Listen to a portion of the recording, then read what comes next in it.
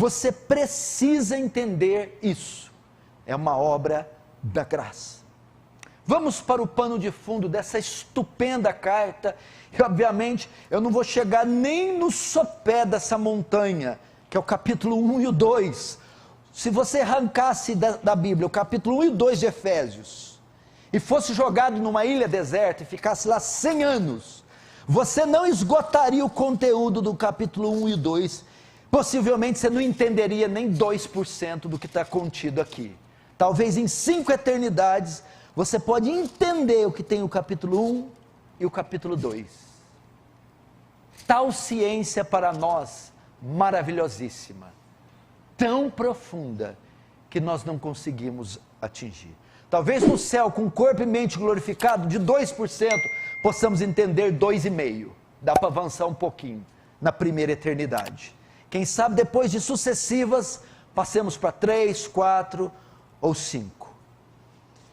O autor da carta é o memorável e de mente brilhante, iluminada por Cristo, apóstolo Paulo. Ele escreve essa carta da sua prisão em Roma no ano 60 da era cristã. Ele obviamente escreveu ela a cristãos que viviam na cidade de Éfeso. Provavelmente quem iniciou aquela igreja foi Priscila e Áquila. Na sua segunda viagem missionária, Paulo deixa esse casal lá e eles iniciam esse trabalho. O principal objetivo de Paulo escrever, dentre tantos que ele escreve as suas epístolas, principal objetivo, assim como foi o principal objetivo de escrever a carta aos Romanos, era demonstrar aos crentes de Efésios o caráter da salvação, a obra de Cristo e dos decretos divinos em nos salvar. O objetivo de Paulo é mostrar que a salvação é uma obra da graça, que vem do amor de Deus em nos eleger incondicionalmente, antes da fundação do mundo, e enviar o seu Filho para morrer por nós, para que esse plano, concebido na eternidade, fosse consumado por nós.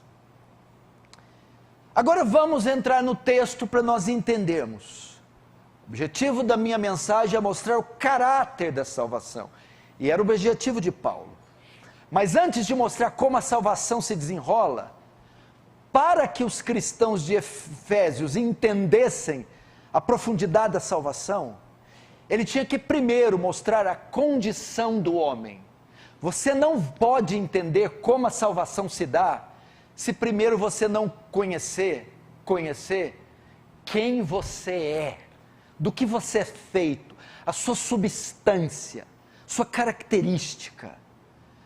Você só vai entender o amor de Deus e a grandeza da salvação e o caráter, os desdobramentos, se primeiro você conhecer o caráter da natureza humana, a condição do homem. E Paulo vai fazer isso dos versos 1 a 3, vamos ler.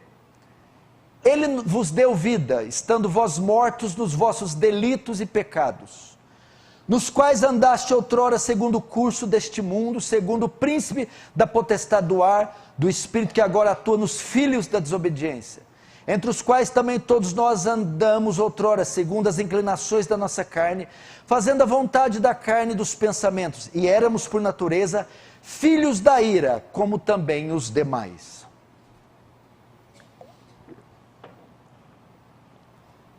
Então veja só, para mostrar o caráter da salvação, seu alcance, sua grandeza e como ela se dá, Paulo então vai começar mostrando a condição do homem, a natureza humana.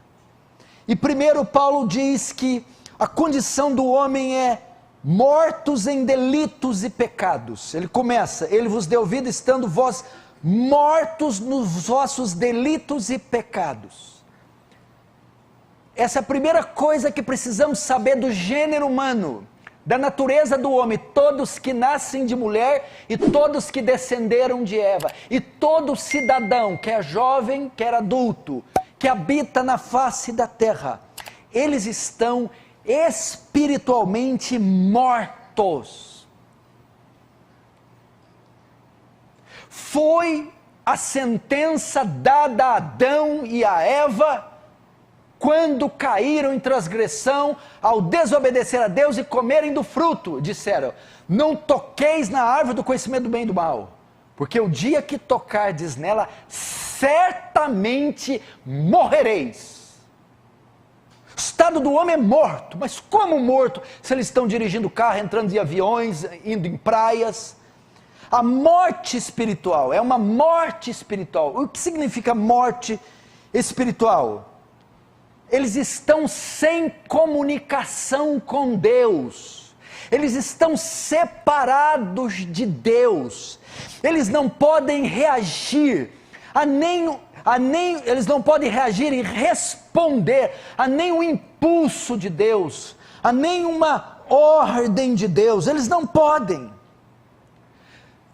Essa foi a consequência da queda. Matou o homem espiritualmente. Ele está morto, sem chance de se comunicar com Deus, desligado de Deus, separado de Deus, perdido sem Deus. Essa é a ideia. Não há como, quando ele fala todos pecaram e destituídos da glória de Deus. O que é isso? Destituídos da glória de Deus. Todos pecaram e não conseguem alcançar a Deus. Eles não conseguem atingir, eles não conseguem chegar até Deus. Estão mortos. Isso quer dizer destituídos, longe do alcance, impossível de se comunicar, sem qualquer esperança de estar com Deus. E Paulo aqui Gênesis vai mostrar a consequência da queda. O homem não sofreu um acidente no Éden. O homem não foi mutilado no Éden. O homem não sofreu escoriações de primeiro, segundo e terceiro graus no Éden. Tal foi a consequência da queda, que o homem morreu com a queda. Ele é um cadáver, ele está morto, está sepultado, não há vida em si mesmo. Essa é a condição. Todos que vocês conhecem sem Cristo estão nessa condição, estão mortos. Por isso que a condição do homem é crítica. Por isso que não dá para entender nossos amigos arminianos, que podem ver alguma coisa boa. Vá ao velório. O nosso nobre querido Mateus Coral está ali, foi bombeiro muitos anos, e o Wellington está ali também, acho que está aqui, está na portaria, sabe o que eu estou falando? Vá ao velório, pegue um morto de 3 dias numa represa, numa piscina, veja o estado dele, está em putrefação, decomposição, incha, perde a cor, o cheiro muda, ele está morto. O que esperar de um cadáver encontrado 7 dias trancado no quarto? O que esperar de um cadáver que está submergido em uma represa dias e dias? Nada. Ele está completamente morto, definhando, em decomposição. Morto, não há esperança para ele, nenhuma. Tente falar com o morto, tente reanimá-lo, socá-lo, tente fazer aquela massagem cardíaca, ele não volta, ele não responde. Tente dar choque nele, ele morreu, a alma saiu do corpo, ele está morto. Essa é a condição do homem.